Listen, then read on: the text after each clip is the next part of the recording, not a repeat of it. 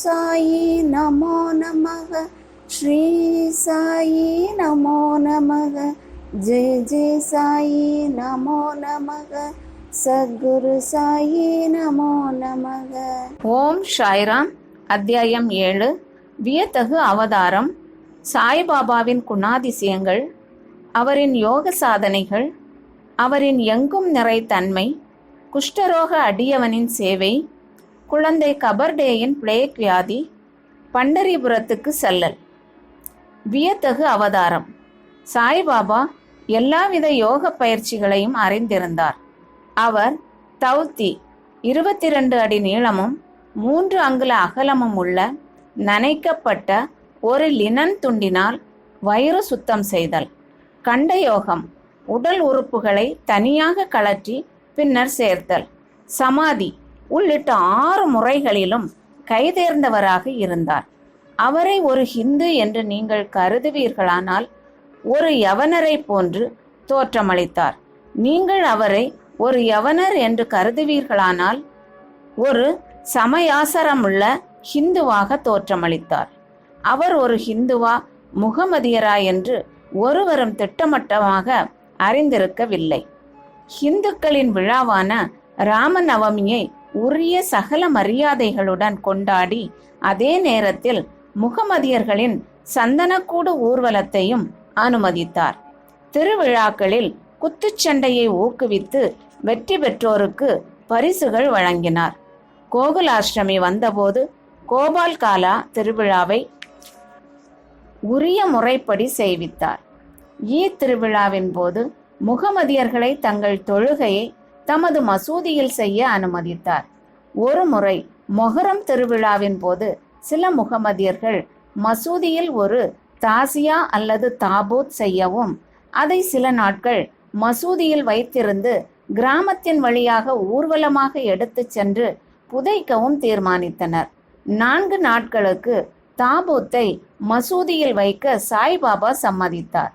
5வது நாள் சிறிதளவும் தமது செயலுக்காக வருந்தும் தன்மையே அன்றி மசூதியில் இருந்து அதை அப்புறப்படுத்தினார். நீங்கள் அவரை ஒரு முகமதியர் என்று கூறுவீர்களானால் காது குத்தப்பட்டிருந்தார். நீங்கள் அவரை ஹிந்து என்று கருதுவீர்களானால் அவர் சுன்னத் கல்யாணம் செய்கின்ற வழக்கத்தை ஆதரித்தார். ஆனால் பாபாவை நெருங்கிய நானா சாஹிப் சாந்தோர்கர் கருத்துப்படி பாபாவுக்கே சுன்னத் செய்யப்படவில்லை. வி தேவ் எழுதிய பாபா ஹிந்து ஹி யவன் என்கிற கட்டுரையை சாயி லீலா சஞ்சிகையில் பார்க்க. நீங்கள் அவரை ஹிந்து என்று அழைத்தால் எப்போதும் மசூதியில் வாழ்ந்தார். முகமதியர் என்றார். துணி என்னும் அகண்ட நெருப்பை அவர் எப்போதும் மசூதியில் வைத்திருந்தார். மற்றும் முகமதிய மதத்திற்கு விரோதமான பின்வரும் 3 பழக்கங்களையும் கொண்டிருந்தார். அதாவது திருகையில் அரைப்பது, சங்கு ஊதுவது, மணி அடிப்பது, தீயில் ஆகுதி செய்தல், பஜனை, தண்ணீரால் சாய்பாபாவின் பாதத்தை அர்க்கிய வழிபாடு செய்தல் முதலியன எப்போதும் அங்கு அனுமதிக்கப்பட்டன. நீங்கள் அவரை முகமதியர் என்று நினைத்தால் பிராமண சிரேஷ்டர்களுக்கு அக்னிஹோத்ரிகளும் தங்கள் வைதிக சம்பிரதாயத்தை விட்டுவிட்டு அவர் பாதங்களில் சாஷ்டாங்கமாக வீழ்ந்து பணிந்தனர். அவரது தேசம் முதலியவற்றை பற்றி விசாரிக்க போனவர்கள் அவரது தரிசனத்தால் கவரப்பட்டு திகைத்து வாயடைத்து ஊமையானார்கள். எனவே அவர் ஓர் முகமதியரா ஹிந்துவா என்பது ஒருவராலும் நிச்சயமாக தீர்க்க இயலாததாய் இருந்தது. இது அதிசயம் அல்ல. அகங்காரத்தையும் உடல் உணர்வையும் ஒழிப்பதன் மூலம் பரமாத்மாவிடம் தன்னை முழுதும் அர்ப்பணித்து சரணாகதி அடைந்து அவருடன் ஒன்றி விடுபவனுக்கு ஜாதி, தேசம் என்னும் கேள்விகள் குறித்து கருத்திற்கொள்வதற்கு ஏதுமில்லை. சாய்பாபாவை போன்ற அத்தகைய ஒருவர் ஜாதிகளுக்குள்ளேயும் ஜந்துகளுக்குள்ளேயும் எவ்வித வேறுபாட்டையும் காணவில்லை. பக்கிரிகளுடனும் மாமிசமும் மீனும் அவர் உண்டார். நாய்கள் அவைகளின் வாயால் அவ்வுணவை தீண்டிய போதும் அவர் அருவருப்பு காட்டவில்லை. சாய்பாபா அத்தகைய தனிச்சிறப்பு வாய்ந்த வியத்தகு அவதாரம் ஆவார். முன்னர் செய்த நல்வினைகளின் காரணமாகவே நான் அவர் பாதத்தடியில் உட்காருவதற்கும் அவருடைய ஆசீர்வதிக்கப்பட்ட நட்பை மகிழ்ந்து அனுபவிப்பதற்கும் நல்ல அதிர்ஷ்டத்தை பெற்றேன். அதிலிருந்து நான் பெற்ற மகிழ்ச்சியும் ஆனந்தமும் தன்னிகர் இல்லாதவை. உண்மையில் சாய்பாபா பரிபூரண ஆனந்தமும் உணர்வும் ஆவார். அவரின் உயர்வையும் தனித்தன்மை சிறப்பையும் போதுமான அளவிற்கு நான் விளக்க இயலாது.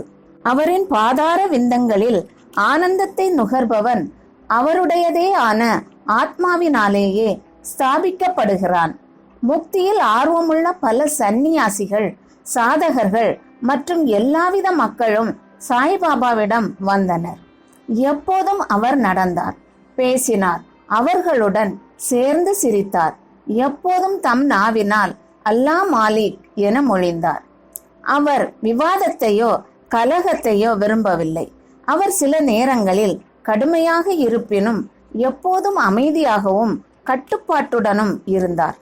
எப்போதும் முழு வேதாந்தத்தையும் போதித்தார்.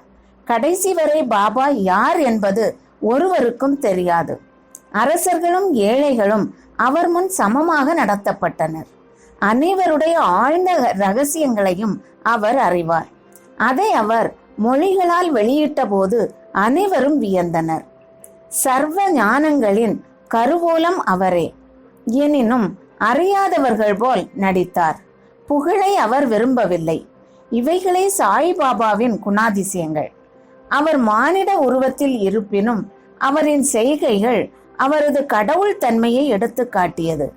அனைவரும் அவரை சிரடியில் இருக்கும் பரமாத்மா என்றே நம்பினர். சாய்பாபாவின் குணாதிசயங்கள். பாபாவின் அற்புதங்களை விளக்கத் தெரியாத அறிவிலி நான். சிரடியில் உள்ள ஏறக்குறைய எல்லா கோவில்களையும் அவர் பழுது பார்க்க செய்தார். சனி, கணபதி, சங்கரர், சரஸ்வதி, கிராம தேவதை, மாருதி முதலிய எல்லா கோவில்களையும் தாத்யா பாட்டில் மூலமாக ஒழுங்குபடுத்த செய்தார். அவருடைய தர்மமும் குறிப்பிடும்படியானது. தட்சிணை என்ற பெயரில் அவர் வழக்கமாக வாங்கி வந்த பணமும் தாராளமாக பகிர்ந்து அளிக்கப்பட்டது. ரூபாய் 20 சிலருக்கும், ரூபாய் 15 அல்லது ரூபாய் 50 மற்றவர்களுக்கும் தினந்தோறும் அளிக்கப்பட்டது. இது தூய தர்ம பணம் என்றும் அதை உபயோகமாக பயன்படுத்தவும் பாபா விரும்பினார். பாபாவின் தரிசனத்தை பெற்றதால் மக்கள் மிக பெரும் அளவில் பயனடைந்தார்கள். சிலர் ஆரோக்கியமும் நலமும் பெற்றனர். கொடியவர்கள் நல்லவர்களாக தெரிந்தினார்கள். சில சந்தர்ப்பத்தில் குஷ்டம் குணமாக்கப்பட்டது. பலர் தங்களின் மனோபீஷ்டங்களில் பூர்த்தி எய்தினர். குருடர்கள் தமது கண்களில் எவ்வித மருந்தோ சாரோ விடப்படாமல் பார்வையை அடைந்தார்கள். சில முடவர்கள் கால்களை அடைந்தார்கள். அவரின் சாதாரண பெருந்தன்மைக்கு ஒரு எல்லையை ஒருவராலும் காண இயலாது. அவரது புகழ் நெடுந்தூரம் பரவி எல்லா திசைகளில் இருந்தும் யாத்ரிகர்கள் சிரடியை நோக்கி திரண்டனர். பாபா எப்போதும் துணி அருகிலேயே அமர்ந்திருந்தார். அங்கு தம்மை ஆசுவாசப்படுத்தி கொண்டார். எப்போதும் தியானத்தில் அமர்ந்திருந்தார். சில சமயங்களில் குளித்தும் மற்ற நேரங்களில் குளிக்காமலும் இருந்தார். தமது தலையில் ஒரு வெள்ளை டார்பனும் இடுப்பில் சுத்தமான வேஷ்டியும் தமது உடம்பில் ஒரு சட்டையும் அணிவது வழக்கம். ஆரம்பத்தில் இதுவே அவரது உடையாகும். அவர் கிராமத்தில் முதலில் வைத்தியம் செய்தார். நோயாளிகளை கவனித்து மருந்து கொடுத்தார். அவர் எப்போதும் வெற்றி பெற்று ஹகீமை போன்று புகழடைந்தார். ஒரு வினோதமான விஷயத்தை இங்கு கூறலாம்.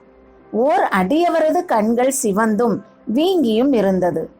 சிரடியில் ஒரு வைத்தியரும் கிடைக்கவில்லை. மற்ற அடியவர்கள் அவரை பாபாவிடம் அழைத்து சென்றனர். அதை போன்ற வியாதிக்கு மற்ற டாக்டர்கள் களிம்பு, அஞ்சனம், பசும்பால், கற்பூராதி மருந்துகள் முதலியவற்றை உபயோகிப்பர். ஆனால் பாபாவின் சிகிச்சையோ முற்றிலும் தனித்தன்மை வாய்ந்தது. சிறிது பிப்பாவை கைகளால் 2 உருண்டை செய்து நோயாளியின் ஒவ்வொரு கண்களிலும் அவ்வுருண்டையை திணித்துவிட்டு துணியால் கண்களை சுற்றி கட்டு போட்டு விடுவார். மறுநாள் கட்டு அவிழ்க்கப்பட்டு தண்ணீரால் சுத்தப்படுத்தப்பட்டது. எரிச்சல் மறைந்து கண்மணி வெண்மையாய் சுத்தமாகி விட்டது. கண்கள் நுண்ணிய உறுப்பான போதும் செங்கோட்டை பசை அவற்றுக்கு எவ்வித தீங்கையும் அளிக்கவில்லை. இம்மாதிரி பல வியாதிகளை குறிப்பிடலாம். ஆனால் இந்நிகழ்ச்சியே குறிப்பில் உள்ளது. பாபாவின் யோக பயிற்சிகள். பாபா யோகத்தின் எல்லா பயிற்சி முறைகளையும் அறிவார். அவைகளில் 2 இங்கே குறிப்பிடுவோம். தௌத்தி அல்லது சுத்த விருத்தி. ஒவ்வொரு 3வது நாளும் பாபா மசூதியிலிருந்து நெடுந்தொலைவில் உள்ள ஆலமரத்துக்கு அருகில் இருக்கும் கிணற்றுக்கு சென்று தமது வாயை கழுவி குளிப்பார்.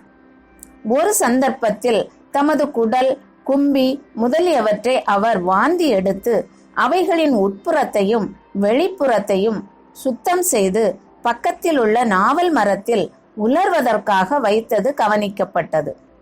இதை பார்த்தவர்கள் சிரடியில் உள்ளனர். அவர்கள் இவ்வுண்மையை சோதனை செய்து பார்த்துவிட்டனர். 3 அங்குல அகலமும் 22.5 அடி நீளமும் உள்ள நனைக்கப்பட்ட லினன் துணியால் தௌத்தி செய்யப்பட்டது. இது தொண்டைக்குள் விழுங்கப்பட்டு ஏறக்குறைய அரை மணி நேரத்திற்கு வயிற்றுக்குள்ளேயே கிரியைகள் நடத்த வைக்கப்பட்டு பிறகு வெளியே எடுக்கப்படுவதே சாதாரண தௌத்தியாகும். ஆனால் பாபாவின் தௌத்தியோ மிகவும் தனி சிறப்பாலும் அசாதாரணமானதும் ஆகும். கண்ட யோகம். பாபா தமது உடம்பிலிருந்து வெவ்வேறு உறுப்புகளை பிரித்தெடுத்து மசூதியில் அவற்றை பல இடங்களிலும் தனியாக வைத்திருப்பார். ஒருமுறை ஒரு பெருந்தகை மசூதிக்கு சென்று பாபாவின் உடல் உறுப்புகள் தனித்தனியாக மசூதியில் பல இடங்களில் கிடப்பதை கண்டார். அவர் மிகவும் பீதியடைந்து முதலில் கிராம அதிகாரிகளிடம் சென்று பாபா கண்டதுண்டங்களாக வெட்டப்பட்டு கொலை செய்யப்பட்டதை அறிவிக்க எண்ணினார். அவரே முதலில் தகவல் தந்தவராகி விடுவர் ஆதலால் அவ்விஷயத்தை பற்றி சிறிது அறிந்து இருந்ததாலும் அவர் மீது பொறுப்பு சுமத்தப்பட்டுவிடும் என்று எண்ணி யாரிடமும் எதுவுமே கூறாமல் இருந்து விட்டார். ஆனால் மசூதிக்கு சென்றபோது பாபா தேக ஆரோக்கியத்துடன் திடகாத்திரமாக முன்போலவே இருப்பதைக் கண்டு மிகவும் அதிசயம் அடைந்தார். தான் முதல் நாள் பார்த்தது வெறும் கனவு என்றே அவர் எண்ணினார். பாபா தமது சிசு பருவத்தில் இருந்தே யோகம் பயின்றார். அவர் பெற்றுள்ள திறமையை ஒருவரும் அறிந்திருக்கவில்லை, அன்றி ஊகிக்கவும் இல்லை. தமது சிகிச்சைகளுக்கு எவ்வித பணமும் அவர் வசூலிக்கவில்லை. தமது தகைமைகளின் திறத்தினால் புகழ் பெற்று பெருமையுற்றார். பல ஏழைகளுக்கு, துன்பப்படும் மக்களுக்கும் அவர் ஆரோக்கியம் அளித்தார். வைத்தியர்களில் எல்லாம் தலை சிறந்த புகழ்பெற்ற வைத்தியரான அவர் தமது தேவைகளை லட்சியம் செய்யவில்லை. மற்றவர்களின் நன்மைக்கும் அசௌகரியத்திற்குமே எப்போதும் உழைத்தார். தாங்க முடியாத பயங்கர வலிகளை எல்லாம் தாமே பல முறை இம்முறைகளில் தாங்கி துயருற்றிருக்கிறார். எங்கும் நிறைந்திருக்கும் மிகவும் கருணையுடைய பாபாவின் குணாதிசயத்தை எடுத்து காண்பிக்கும் அத்தகைய ஒரு நிகழ்ச்சியை இங்கு தருகிறேன். பாபாவின் எங்கும் நிறை தன்மையும் கருணையும். 1910ஆம் ஆண்டில் தீபாவளி விடுமுறையின் போது பாபா துணிக்கரியில் அமர்ந்து குளிர் காய்ந்து கொண்டிருந்தார். பிரகாசமாக எரிந்து கொண்டிருந்த துணியில் விறகை நுழைத்தார். சிறிது நேரத்திற்கு பின் விறகுகளை நுழைப்பதற்கு பதில் பாபா தமது கரத்தையே துணி உள்ளே நுழைத்து விட்டார். கரம் உடனே கருகி வந்து விட்டது. இது வேலையாள் மாதாவாலும் மாதவராவ் தேஷ்பாண்டேயாலும் உடனே கவனிக்கப்பட்டது. உடனே அவர்கள் பாபாவிடம் ஓடினார்கள். மாதவராவ் தனது கைகளை பாபாவின் இடுப்பில் கொடுத்து சேர்த்து வலிந்து பின்னால் இழுத்து, தேவா, எதற்காக இங்கனம் செய்தீர் என்று கேட்டார். பின்னர் பாபா தம் உணர்வுக்கு வந்து பதிலளித்தார். தொலை தூரத்தில் உள்ள ஏதோ ஓர் இடத்தில் ஒரு கொல்லனின் மனைவி உலைக்களத்தில் இருந்த துருத்தியில் வேலை செய்து கொண்டிருந்தாள். அப்போது அவளது கணவன் அவளை கூப்பிட்டான். அவள் தனது இடுப்பில் குழந்தை இருப்பதை மறந்து அவசரமாக ஓடினாள். அதனால் ஊது உலைகளத்தில் குழந்தை நழுவி விழுந்து விட்டது. நான் உடனே உலைகளத்தில் கையை விட்டு குழந்தையை காப்பாற்றினேன். எனது கரங்கள் வெந்து போவதை பற்றி நான் பொருட்படுத்தவில்லை. குழந்தையின் உயிர் காக்கப்பட்டதை எண்ணி நான் மகிழ்வடைகிறேன். குஷ்டரோக அடியவனின் சேவை. மாதவராவ் தேஷ்பாண்டேயிடமிருந்து பாபாவின் கரங்கள் வெந்து போனதை கேள்விப்பட்ட நானா சாஹேப் சாந்தோர்கர் பம்பாயை சேர்ந்த புகழ்பெற்ற டாக்டரான பரமானந்த் என்பவரை ஆயின்மெண்ட், லின் துணி, பேண்டேஜ் துணி உட்பட மருத்துவ சாமான்களுடன் அழைத்து வந்து பாபாவின் கரத்தை பரிசோதிக்கவும் வெந்ததினால் ஏற்பட்ட தீ காயத்திற்கு சிகிச்சை செய்யவும் வேண்டிக் கொண்டார். ஆனால் பாபாவினால் இது மறுக்கப்பட்டது. அது முதற்கொண்டு பாகோஜி ஷிண்டே என்ற குஷ்டரோகி அடியவரால் பாபாவுக்கு சிகிச்சை செய்யப்பட்டு வந்தது. வெந்து போன இடத்தை நெய் போட்டு நன்றாக தேய்த்து விட்டு ஒரு இலையை அதன் மீது வைத்து கட்டி விடுவது அவரது சிகிச்சை ஆகும். நானா சாஹிப் பலமுறை பாபாவிடம் அந்த கட்டை நீக்கிவிட்டு டாக்டர் பரமானந்தத்தை காயத்தை சோதிக்கவும் சிகிச்சை செய்யவும் குணப்படுத்தவும் கேட்டுக்கொண்டார். டாக்டர் பரமானந்தும் அதையொத்த பலமுறை வேண்டுகோள் விடுத்தார். ஆனால் அல்லாவே அவரது மருத்துவர் என்று கூறி பாபா மறுத்துவிட்டார். அவரை தமது கையை சோதிக்க அனுமதிக்கவே இல்லை. டாக்டர் பரமானந்தின் மருந்துகள் ஷிரடியில் உபயோகப்படுத்தப்படவில்லை. இருப்பினும் டாக்டருக்கு பாபாவின் தரிசனத்தை பெரும்படியான நல்ல அதிர்ஷ்டம் இருந்தது. தினம்தோறும் பாகோஜி அவர் கரத்திற்கு சிகிச்சை செய்ய அனுமதிக்கப்பட்டார். சில நாட்களுக்கு பின் கரம் குணப்படுத்தப்பட்டது. அனைவரும் மகிழ்ச்சியுற்றனர். ஏதோ லேசான வலி இன்னும் இருந்திருக்குமோ இல்லையோ என்பதை நாம் அறியோம். தினந்தோறும் பாகோஜி தனது நியதிப்படி கட்டுக்களை தளர்த்தி நெய்யினால் அதை நன்றாக மீண்டும் தேய்த்து அழுத்தி கட்டு போடுவார். இது சாய்பாபாவின் மகா சமாதி வரை நடைபெற்றது. அவர் ஒரு முழு சித்தரானதால் இந்த சிகிச்சை உண்மையில் அவருக்கு தேவை இருக்கவில்லை. ஆனால் தமது அடியவர் மீதுள்ள அன்பின் காரணத்தால் பாகோஜியினது உபாசனையை முழுவதுமாக தடையின்றி நடத்த அனுமதித்தார். பாபா லெண்டித் தோட்டத்திற்கு புறப்பட்ட போது பாகோஜி அவருடைய குடைபிடித்து அவருடன் கூட சென்றார். துணிக்கருகில் உள்ள கம்பத்தருகில் பாபா அமர்ந்ததும் பாகோஜி தனது சேவையை ஆரம்பித்தார். பாகோஜி முந்தைய ஜென்மத்தில் தீவினையாளர். அவர் குஷ்டரோகத்தால் அவதியுற்று கொண்டிருந்தார். அவரது கைகள் சுருங்கி இருந்தன. அவர் உடம்பு முழுவதும் ஷீலாகி மோசமாக நாற்றம் அடித்தது. வெளியில் அவர் துரதிர்ஷ்டசாலியாக இருப்பதை போல் தோன்றினாலும் அவர் மிகவும் அதிர்ஷ்டசாலியாகவும் மகிழ்ச்சி உள்ளவராகவும் இருந்தார். ஏனெனில் அவரே பாபாவின் முதன்மையான சேவகர். பாபாவின் நட்பினால் உண்டாகும் நன்மைகளை அடைந்தார். குழந்தை கபர்டேயின் பிளேக் வியாதி. பாபாவின் மற்றொரு வியத்தகு லீலையை இப்போது கூறுகிறேன்.